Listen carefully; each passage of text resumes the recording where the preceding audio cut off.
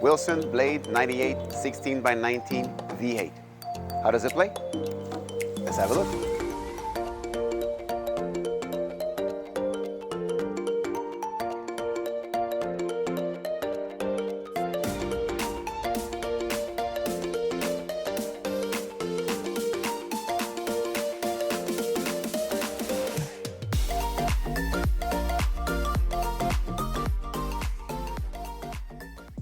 What is going on, guys, and welcome to another video.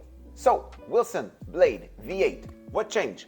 For this version, Wilson kept the technology which was originally called FeelFlex, and they changed it to the name called 45, which basically helps the racket bend in ways to accommodate today's game. Wilson also introduced something called direct connect technology, which is very interesting because it actually consists of fusing the butt cap directly to the carbon fiber portion of the handle, which was intended to add stability, and clearly it worked. Spec-wise, as you guys can see here from this picture, there is some slight differences here and there, but the major one is the swing weight, which is lower, and in my opinion makes this blade more maneuverable than others' previous generation of blade. On ground stroke, I did notice that this version felt whippier than the previous model. You still have the blade feeling, but with more control. I found that I could swing aggressively without the fear of actually overrating, which was definitely something fun.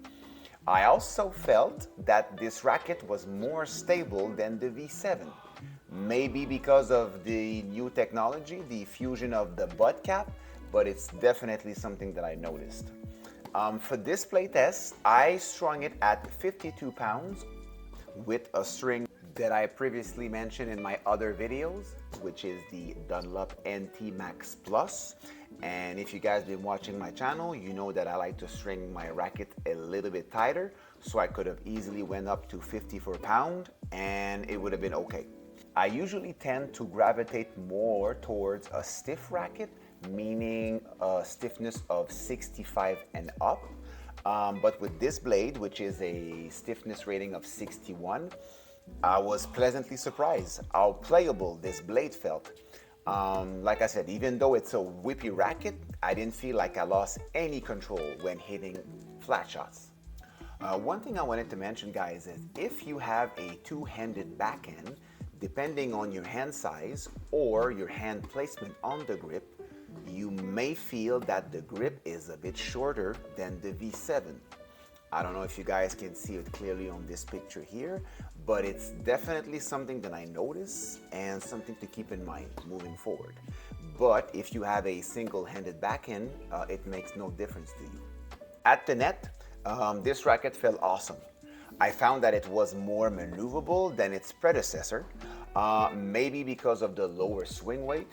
I know that a lot of people might prefer a higher swing weight at the net because of all the plow through that you would actually get. But for me, I felt like I could do everything that I wanted to with this racket, whether it would be finishing a volley, redirecting one, or even like a drop volley. I had great feel and tons of stability. Pretty similar as if I had a heavier racket, but in a lighter frame.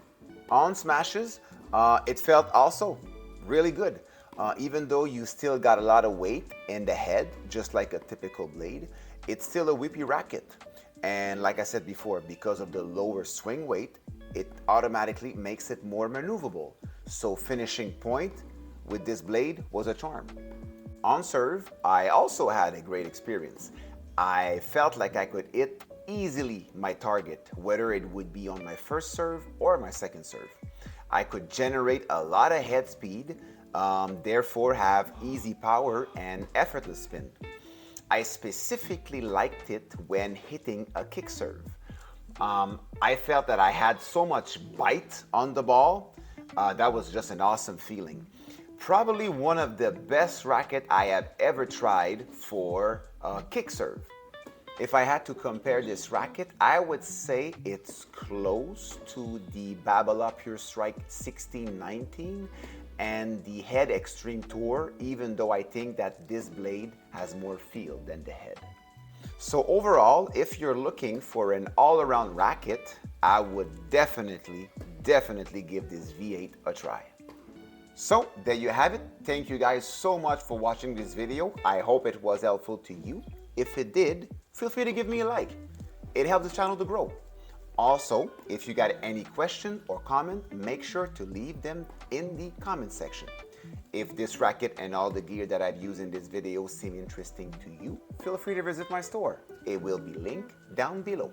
Till next time, and remember guys, you got this.